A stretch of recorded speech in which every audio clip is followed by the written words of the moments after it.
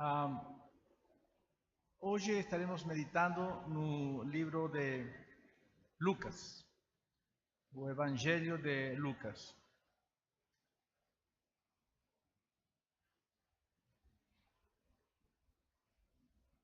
No capítulo 14,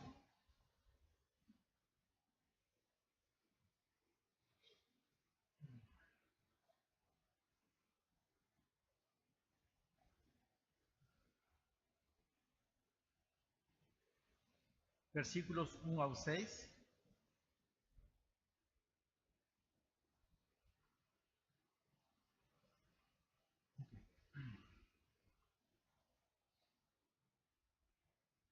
Lucas capítulo 14, versículo 1 ao 6. ¿Sí? Aconteceu num sábado que, entrando ele em casa de um dos principais dos fariseus para comer pão, eles o estavam observando. E eis que estava ali diante dele um certo homem hidrópico. E Jesus, respondendo, falou aos doutores da lei e aos fariseus, dizendo: é lícito curar no sábado? Eles, porém, calaram-se. E tomando, o curou e despediu. E respondendo-lhes, disse: qual será de vós o que, caindo-lhe num poço em dia de sábado, o jumento ou o boi, o não tire logo? E nada lhe podiam replicar sobre isso. Okay. O cenário parece ser este daqui. Era dia sábado, um dia especial e sagrado para os judeus, porque na lei de Moisés, Deus tinha ordenado guardar o sábado. Era um dia sagrado. Então, nesse dia, as famílias preparavam o prato principal para eles comerem. E havia pães especiais. Havia um pão doce especial. Acho que até hoje os judeus, eles comem esse pão especial. E, bom, então o sábado era especial. É uma maneira de honrar a Deus. Fazer a melhor comida o dia sábado era para eles uma forma de honrar a Deus. Temos que honrar o sábado. E eles faziam uma boa mesa. Bom, também iam para a sinagoga. Na sinagoga, eles aprendiam a lei do Senhor. E parece que o cenário foi que Jesus estava na sinagoga, ou esteve na sinagoga. Possivelmente ele foi o mestre naquela ocasião. Saindo da sinagoga, iam para comer. Então Jesus foi convidado à casa de uma pessoa, aqui diz que era um dos principais dos fariseus.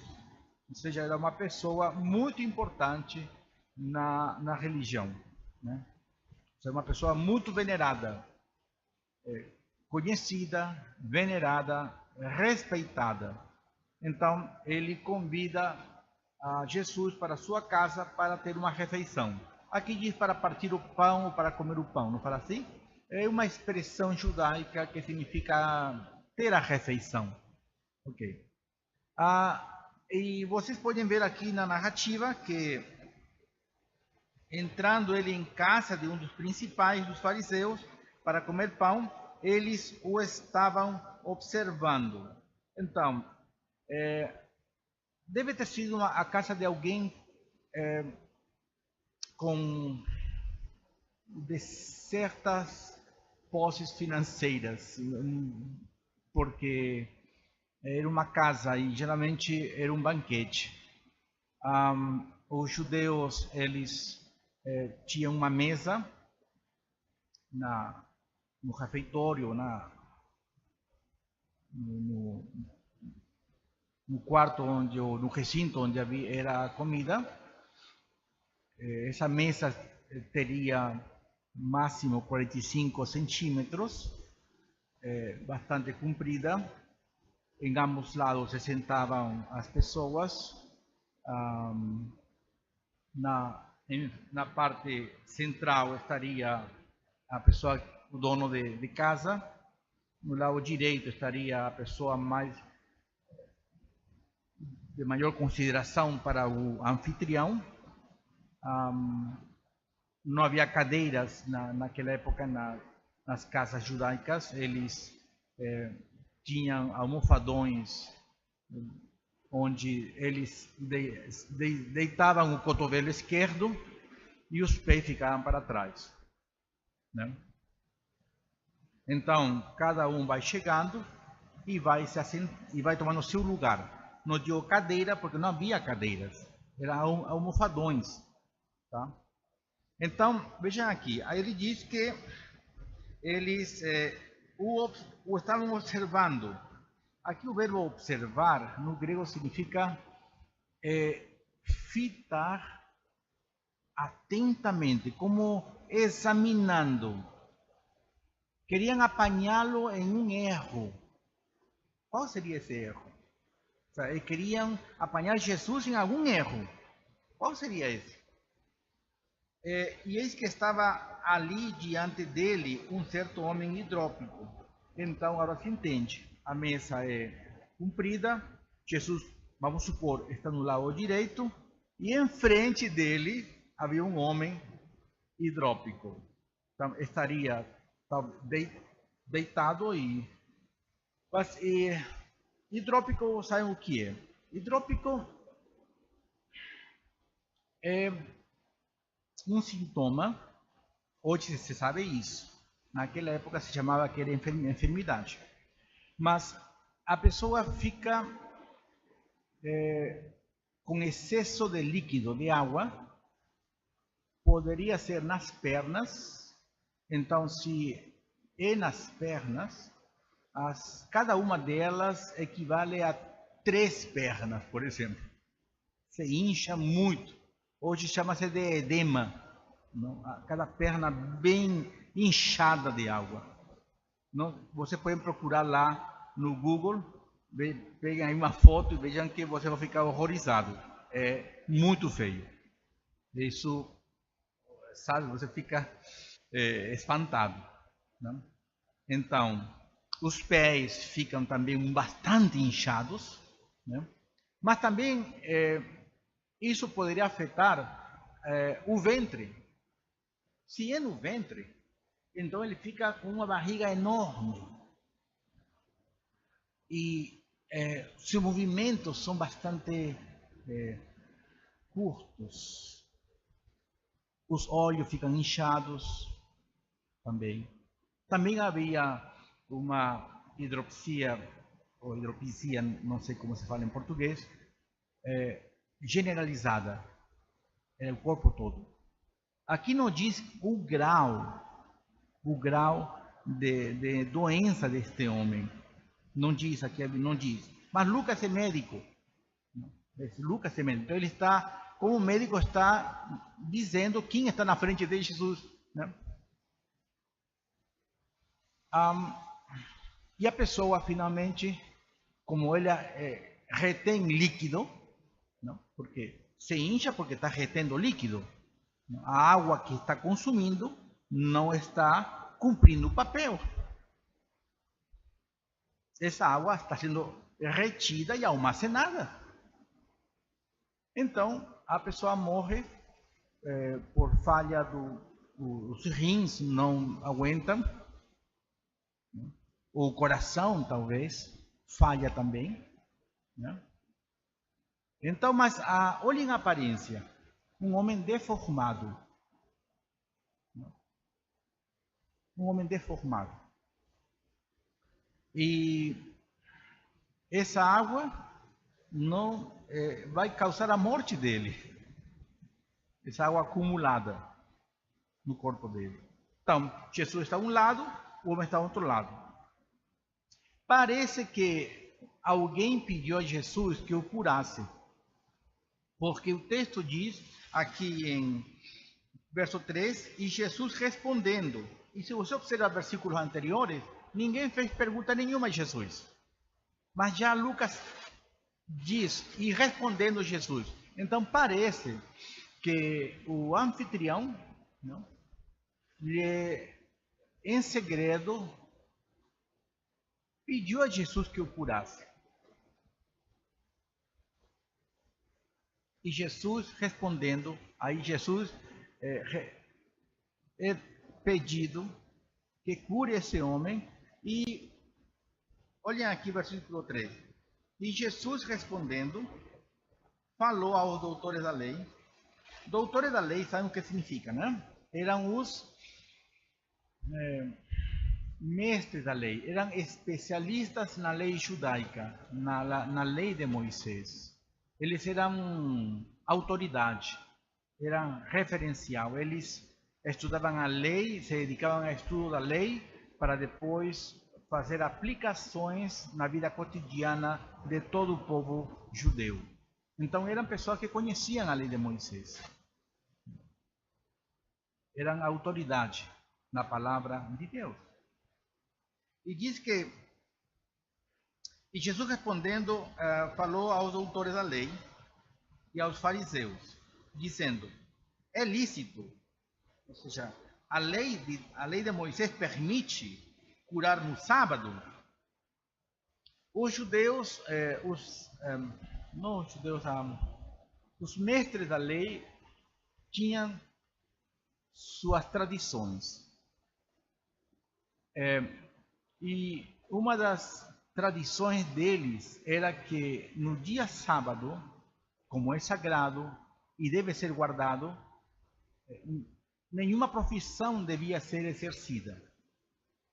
Então, aquele que é médico não pode exercer sua profissão no dia sábado, porque estaria quebrando o sábado e pecando contra Deus. Então, eles diziam, então ninguém pode exercer sua profissão, o médico também não pode exercer, e eles consideravam as curas de Jesus como sendo médico. Jesus é um médico que por outros meios ele traz saúde, então eles estavam comprando Jesus a um médico. E, portanto, se esse homem Jesus, ele é homem piedoso, homem justo, ele não vai exercer sua medicina com este homem. E por isso que estavam observando, estavam atentamente controlando, olhando os movimentos de Jesus, se haveria ou não de curá-lo. Mas se Jesus é uma pessoa piedosa, se ele é justo diante de Deus, ele não vai curá-lo, porque estaria exercendo a medicina.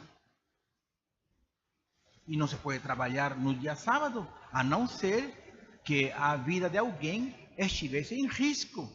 Aí sim o médico podia exercer a medicina, para que o homem não morresse.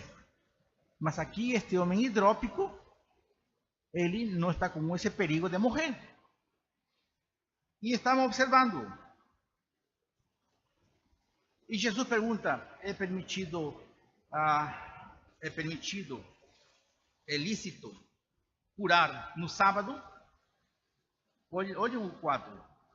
Eles, porém, calaram-se. Ou seja, eles não queriam dar opinião a não ser condenar Jesus, considerá-lo ímpio, injusto. E tomando-o, Jesus toma esse homem e o cura. Então, imaginem vocês o movimento de Jesus. A palavra grega me ajuda a interpretar o que ele fez.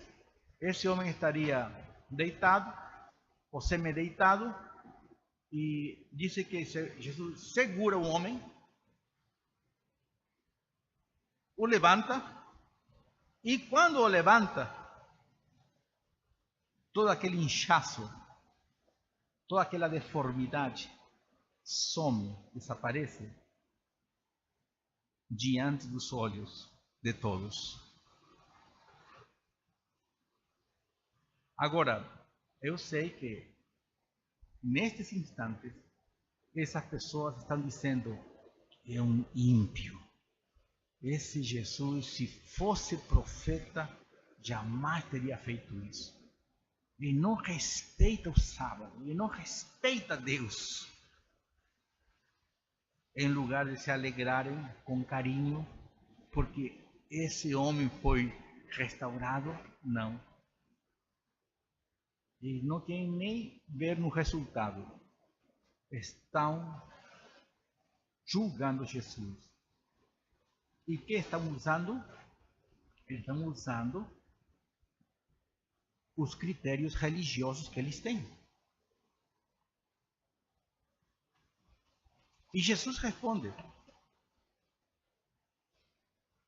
E respondendo-lhes disse: qual será de vós que caindo-lhe num poço em dia de sábado, o jumento ou o boi o não tire logo?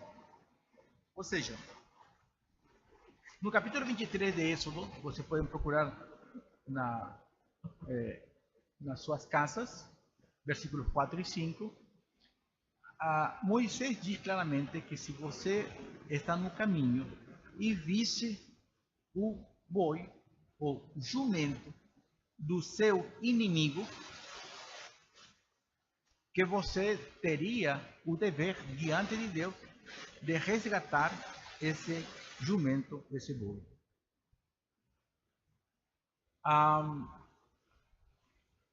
O jumento, naquela época, era um animal muito apreciado, muito porque por causa da utilidade, ele servia, por exemplo, para aquele que queria viajar longos caminhos, usaria um jumento, pela sua resistência.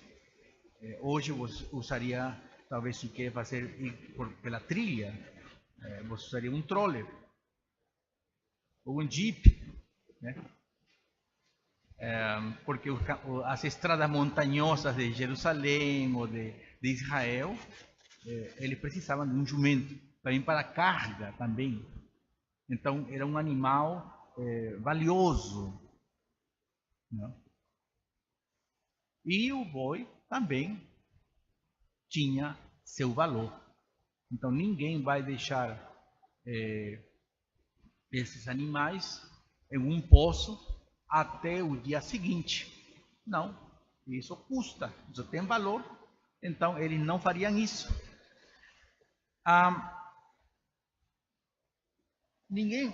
Jesus vai citar a lei de Moisés, verso 6, diz que nada lhe podiam replicar sobre isto. Em outras palavras, a explicação de Jesus fez efeito neles e entenderam a verdadeira interpretação da lei de Moisés. Lembre-se que quem estava diante de Jesus eram doutores na lei, eram teólogos. Tá. O que aprendemos aqui? A primeira coisa que aprendemos é o dano nefasto, letal, que faz a religião em um ser humano. Eles tinham uma religião, mas observem que classe de religião. Essa religião foi trazida à tona pela lei de Moisés. Me explico melhor. Eles tinham a lei de Moisés como livro de Deus. Mas esse livro de Deus, eles fizeram uma religião humana. Então, no tempo de Jesus, esses doutores da lei na verdade, estavam perpetuando uma religião humana. Fizeram da lei de Deus mandamentos de homens. Fizeram da lei do Senhor preceitos humanos. Eles, portanto, tergiversaram a palavra de Deus. Eles deformaram a palavra do Senhor. A lei do Senhor foi dada para termos vida, comunhão com Deus. A prova disso é Levítico. Leia Levítico, os sacrifícios. Qual é o primeiro sacrifício? O primeiro na lista é aquele holocausto. E no holocausto a pessoa, ele era perdoado por Deus. Então a lei de Moisés foi dada para que o homem pudesse entender quem é Deus. Mas o ser humano, o povo de Deus, pegou a lei de Deus e fez da palavra de Deus um estatuto de faz e não faz, faz e não faz. Olha como é o coração humano. Ou seja, é possível que você tenha esta Bíblia que está aqui e faça desta Bíblia uma religião humana. Por exemplo,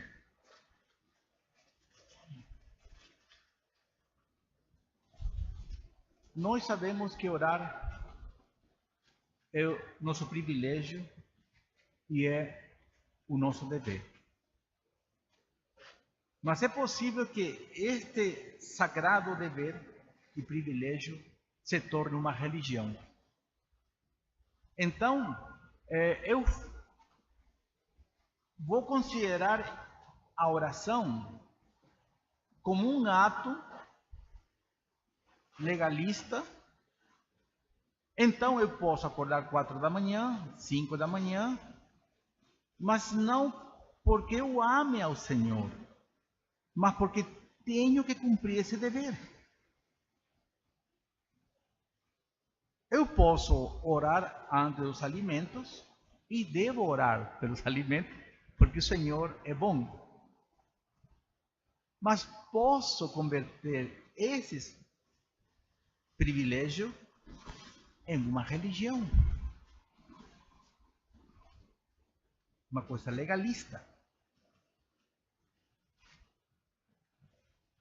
Ou seja, eu vou medir minha espiritualidade, eu vou medir meu cristianismo ou minha piedade, para usar um termo do Antigo Testamento, em base às práticas que a Bíblia ensina. Eu pego a ação, mas despojo essa ação do significado original que Deus lhe deu.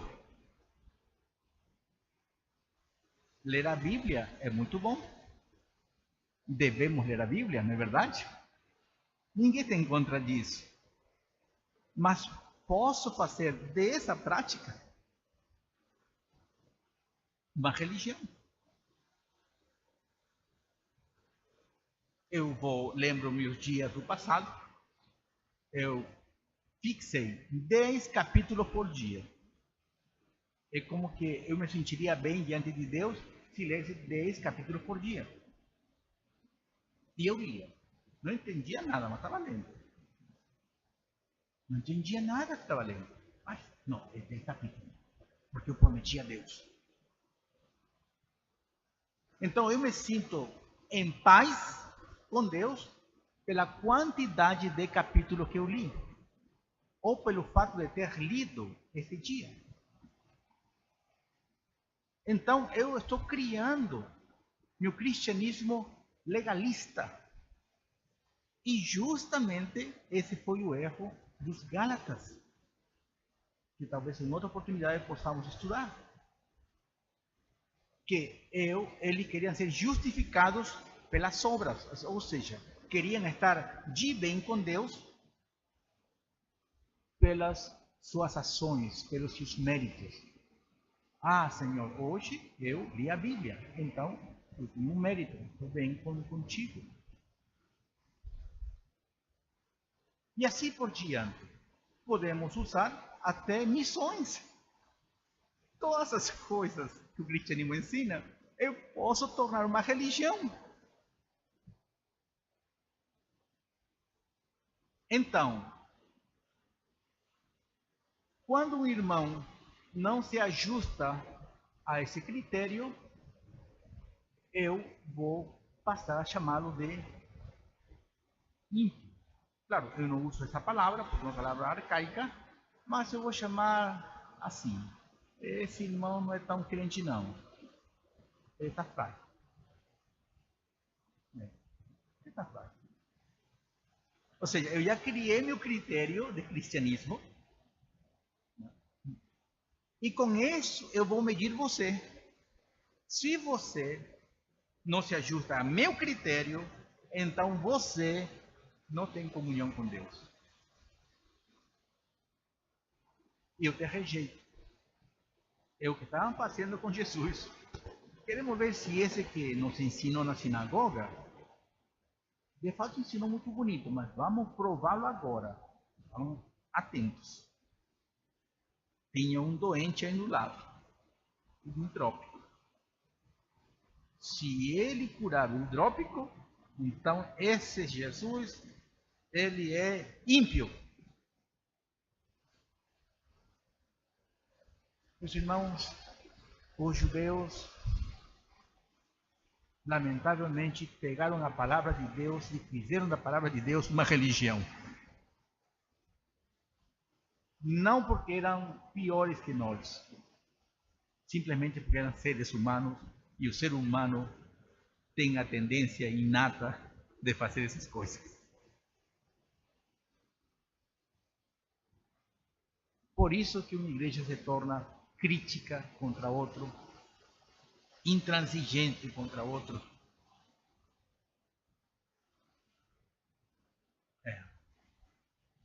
E temos dois níveis nesta igreja. Aqueles que são espirituais, ou seja, que seguem esse critério, essas regras, e aqueles que não seguem. E nós olhamos de cima para baixo essas pessoas. É o que fizeram com Jesus. Então, esse tipo de cristianismo mata uma pessoa.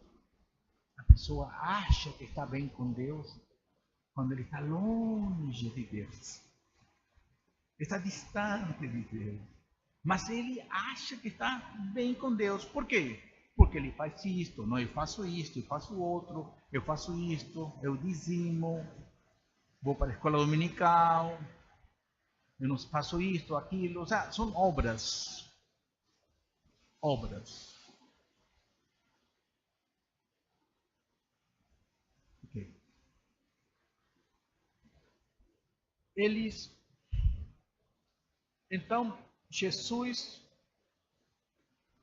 pega esse homem, o cura, usa Êxodo 23, verso 4 e 5, e dá uma magistral interpretação. Claro, eles não são mestres, né?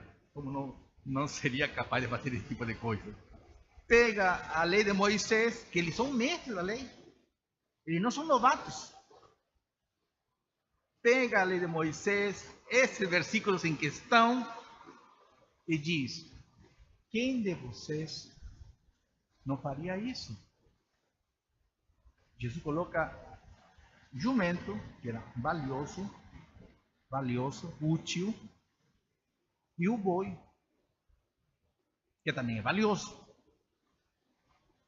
Em outras palavras, se eles fariam isso com o jumento, mesmo sendo sábado, porque a lei permitia,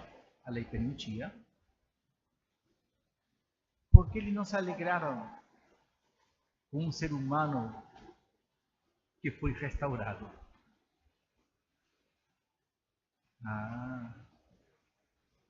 É porque eles se alegrariam se salvassem o jumento e o boi. Porque esses dois animais são de serventia para eles, têm valor para eles. E aqui vemos o coração desses religiosos. Um ser humano não tem valor, vale menos. Olha o que há no coração de um religioso. Ele não valoriza o ser humano como Deus valoriza. Está cheio de religião, mas não valoriza o ser humano como Deus ama. Deus nos guarde de sermos religiosos, meus irmãos. Deus nos guarde. E como sabemos que somos religiosos ou somos cristãos? Se agimos como Jesus age. Se nos alegramos pela salvação de Deus que em Cristo Deus faz dos seres humanos. Se nos regozijamos naquela salvação em operação nas pessoas. Isso. Ele enxerga Cristo, entende quem é Cristo e se regozija na obra de Cristo em um ser humano. Como esse Cristo restaura as pessoas, traz a pessoa para a comunhão com Deus, transforma os corações, perdoa pecados. Nosso coração se alegra por essas coisas. Queremos que os nossos irmãos sejam restaurados por Deus. Desejamos isso. Outra coisa que vemos aqui.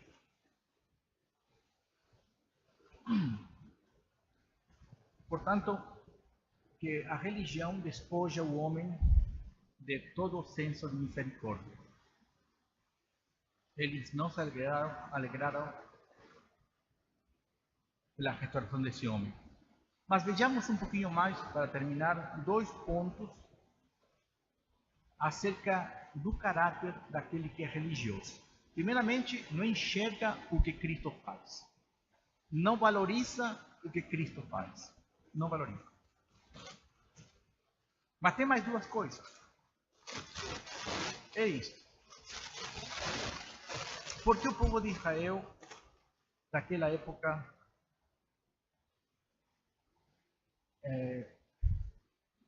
não enxergava a obra de Jesus, porque estava doente. Eles eram hidrópicos espirituais.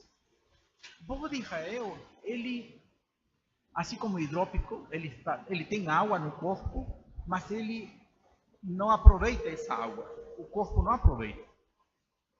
Ele se incha, ele almacena essa água. E justamente por almacenar essa água, é que ele vai sofrer de tal maneira que pode até morrer. O povo de Israel, ele teve muita água espiritual. Ele teve a lei, ele teve profetas, ele tinha templo, tinha sacerdócio e finalmente eles tiveram o próprio Cristo vindo em pessoa. Jesus chegou, lhes ensinou, pregou para eles.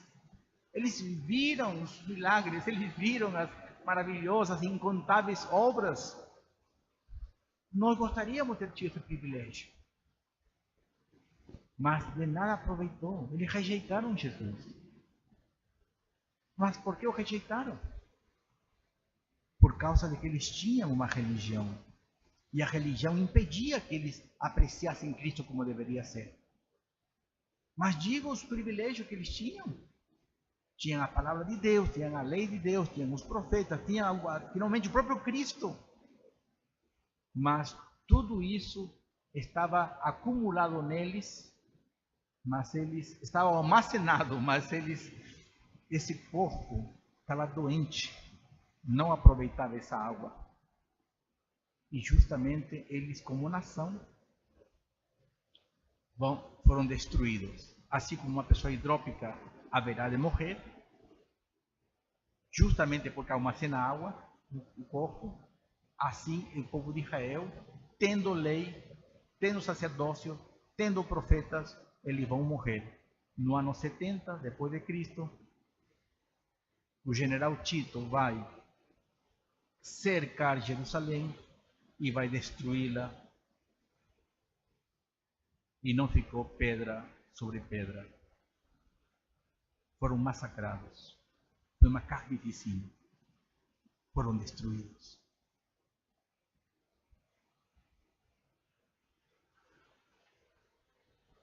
Não porque não tiveram água de vida, mas porque não aproveitaram da água da vida. Algo parecido o apóstolo João diz na segunda carta aos Efésios. Ele fala assim: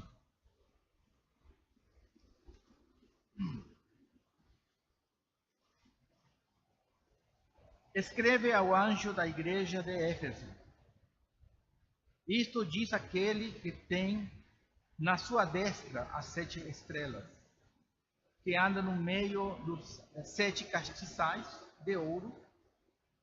Conheço as tuas obras, e o teu trabalho, e a tua paciência, e que não podes sofrer os maus. E puseste à prova os que dizem ser apóstolos e não são. E tu os achaste mentirosos, e sofreste e tens paciência, e trabalhaste pelo meu nome, e não te cansaste. Tenho, porém, contra ti, que deixaste o teu primeiro amor. Esta igreja de Éfeso tinha tudo.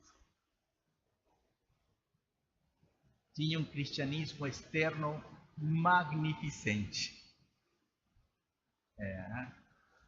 Externamente eles eram magnificentes em doutrina e em obras. Mas aquele que tudo vê, os olhos do Senhor penetram tudo, e que diz: tenho isto contra ti. Isto que será suficiente para te destruir e te matar. Deixaste tu primeiro amor. Deixaram de valorizar quem é Jesus. Deixaram de amá-lo, de apreciá-lo como deveria ser. Olhem na ameaça. Lembra-te, pois, de onde caíste e arrepende-te. E pratica as primeiras obras. Quando não, se não fizeres, brevemente a ti virei e tirarei do seu lugar o teu castiçal, o candeeiro, se não te arrependeres. Tirar o castiçal é uma expressão daquela época muito conhecida por todos, que significa que não teriam continuidade, não teriam mais existência. A existência dessa igreja acabaria, não haveria luz. Tens, porém, isto, que odeias as obras dos nicolaítas, as quais eu também odeio.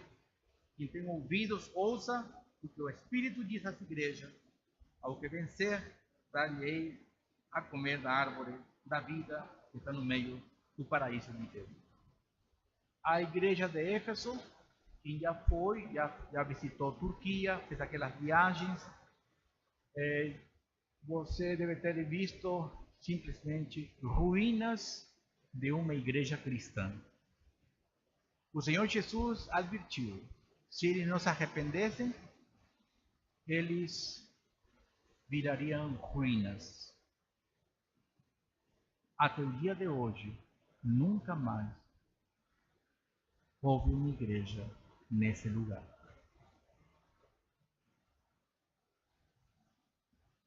Fizeram da palavra de Cristo uma religião.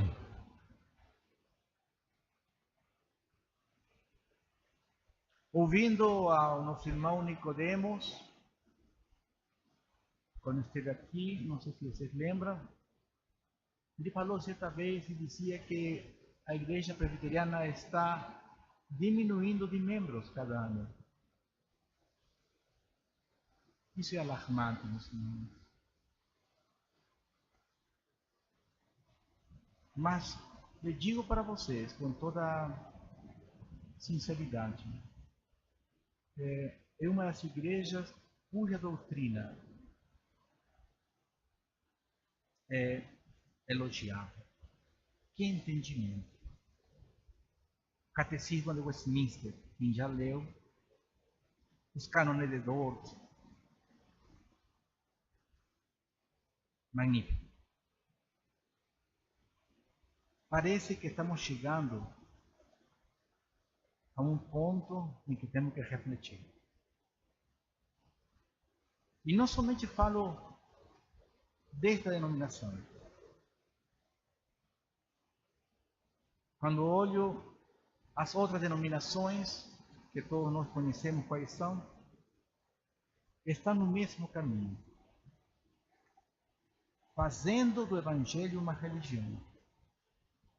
Quem esteve hoje pela manhã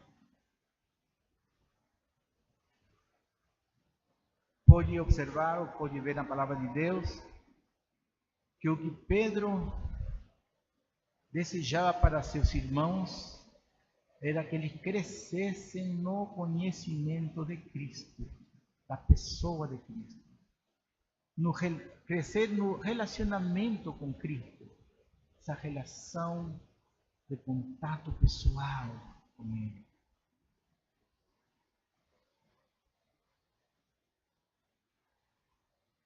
Os irmãos de Éfeso, eles tinham boa doutrina, tinham tudo, mas Jesus lançou uma ameaça. O Senhor nos ajude de não converter sua santa palavra em uma religião. Sua palavra foi dada, como diz o apóstolo Pedro, para que conheçamos ao Senhor. A Bíblia não é um fim em si mesmo. A Bíblia é um meio para conhecer Deus e seguir conhecendo-o. Amemos ao Senhor. Amemos ao Senhor. E como diz o apóstolo Paulo, no final de sua carta a Coríntios, e quem não amar o Senhor Jesus, seja anátema, seja maldito. Esta igreja pertence ao Senhor. Está aqui. Vamos amar ao Senhor. Vamos segui-lo por amor, crescendo no seu conhecimento. Amém.